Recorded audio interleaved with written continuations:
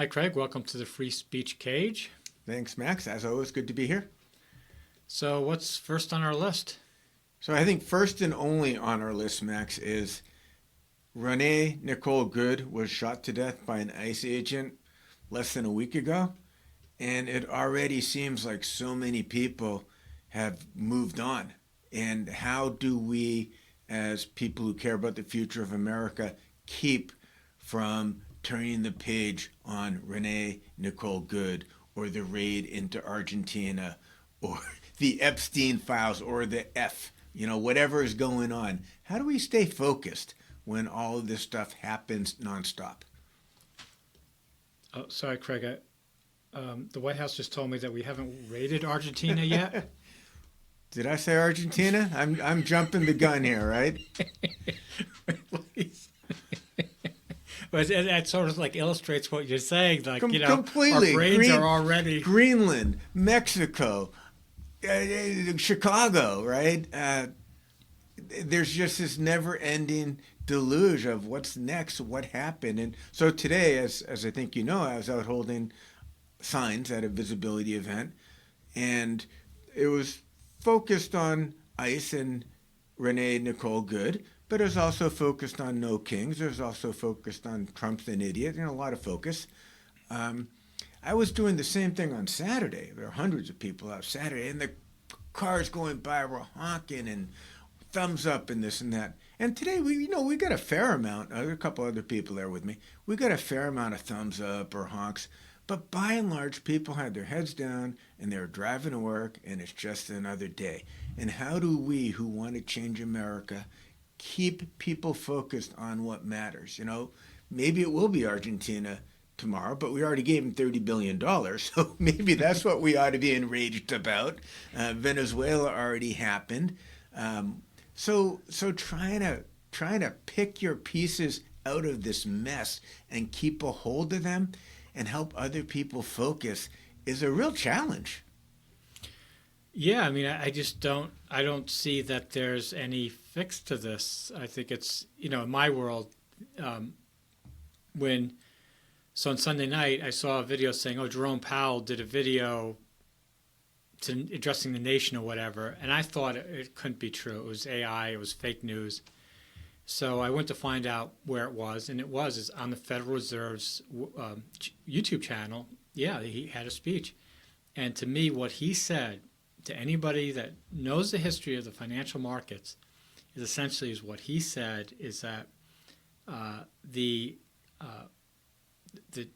there are people right at the front door about to bust in and steal all the money.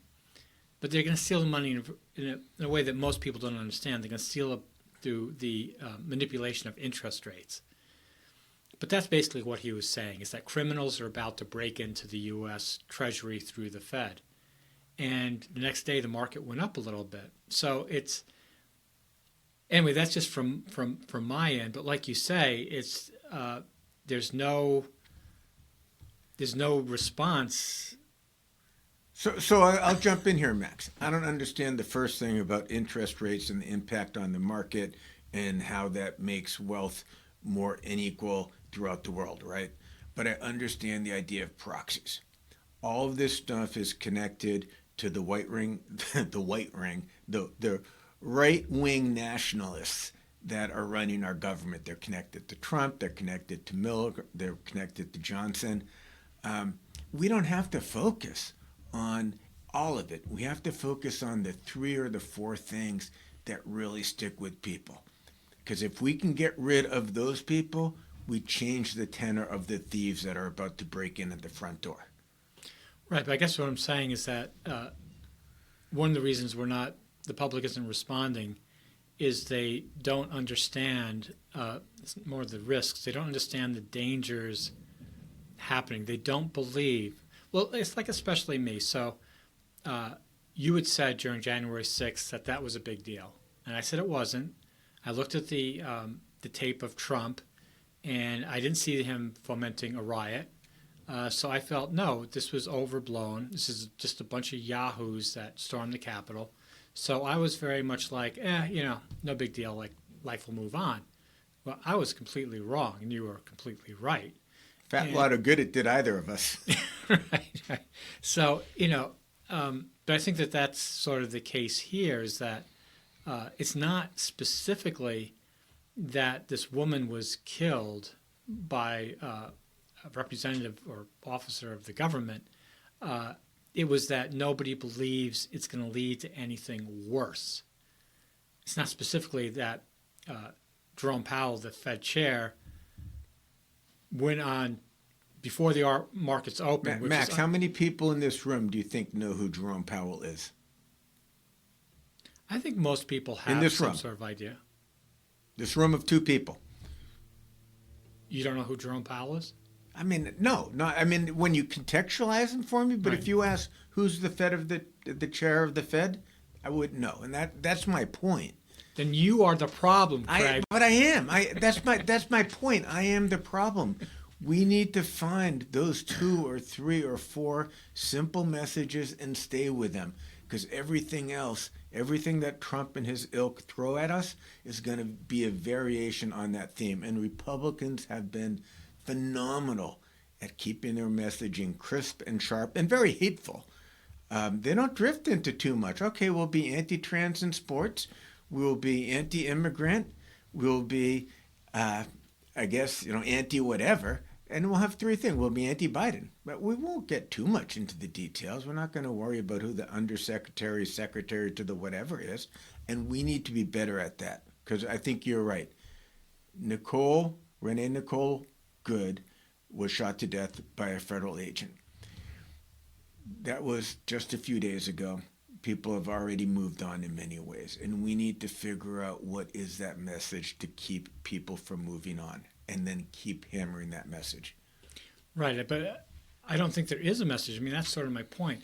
It doesn't make a difference if so I didn't know, let's just say, as much about Project 2025 and the people behind the January 6th, right? So I didn't know it, and I was wrong about that. But I understand, banking, so I understand this issue. You may not understand banking, but you understood the forces behind January 6th.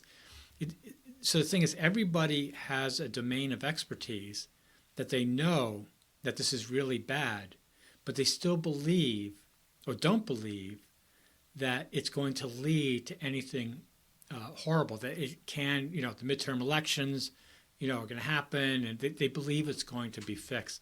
That's the mass psychosis to me, is that everybody believes, even though they see the problem, that it's going to go away. So I think what people like me are hoping is that even before the midterms and the specials and so forth, we see a shifting of thought in Washington and around the world. And if that can't happen politically, then count me out. It's got to happen politically. So if you're saying there's no fix, and maybe that's the case, there's no fix. It doesn't matter who's in power. And I think you've sort of hinted at least at that before. I don't believe that. I think it matters hugely who's in power. And I think that we'll see, there's a special coming up in February. We'll see as time goes on whether people are paying attention. And my point is, if they're paying attention and if it matters, then we need to figure out what we're asking them to pay attention to, because you can't pay attention to everything. Folks will just tune out and burn out. Right. No, I think it matters who's in power, but I think that everybody understands, I believe, that he should either be impeached for the various You crimes. mean president and convicted felon Yeah. Trump? Yes, that convicted felon Right. part. So he should be impeached for their whole. You can pick anything you want. Epstein tapes, files would be fine, or he could be put out of office because Article 25 is it? Right. Invoke the 25th. So it could be the 25th. Whatever reason, everybody knows that should happen, and nobody is doing it, and so he continues to govern the country on a critical path. And this is one of the points I make when I talk about this financial stuff, is preceding every nation's collapse, there's runaway inflation. And people don't quite understand, and this is sort of what I'm talking about, what that word runaway means. Runaway is not some like joke adjective attached to inflation. It is saying that the runaway inflation, it cannot be contained. It has never been contained. There's no country that had runaway inflation that they were able to pull back. So what you're saying is runaway inflation is not high inflation. It's not the inflation we had in the late 70s where people are getting 18% mortgages. Runaway inflation is high inflation that keeps going higher. Right. So it goes from 10% to 11% to 8%, sorry, to 18% and on up, and nothing can stop it but a war. Right. So, I mean, we could have had runaway inflation in the 70s. We didn't, thank God. But, the government was, in society, was much different back then. But essentially anybody who works in finance or banking or whatever, they used to understand the risks. Again, that's sort of what it is that everybody believes that these aren't big problems. These are just like news stories.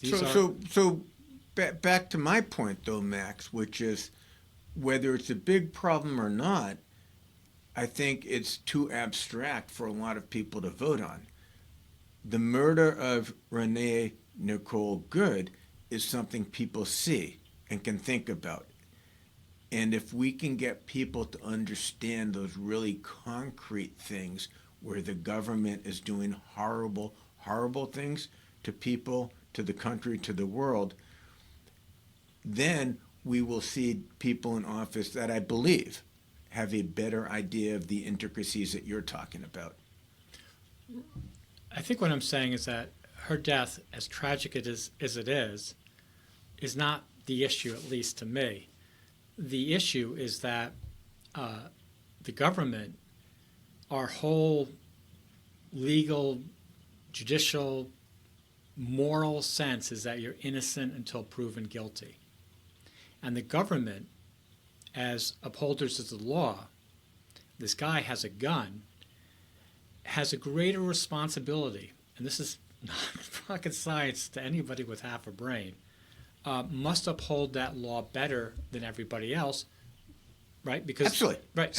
So if the president comes out, the vice president comes out and says, and the president basically comes out and says, no, he was in his right to shoot her because she was obstructing his whatever, then that it's all gone. Absolutely. And so I think Renee Nicole Good's murder is yet one more proxy for the horrible things that are going on in Washington, D.C. and elsewhere. And if we act on those proxies, if we get new people in power, I think we'll see a better response, maybe not the right response or a good enough response to the larger, in many ways, issues of inflation that can lead to huge societal destabilization. And before we end, I do want to say, we've got a gazillion self-appointed leaders. I'm an Episcopalian, as we've talked about before. I went to church on Sunday. I watched 2 more sermons on Sunday.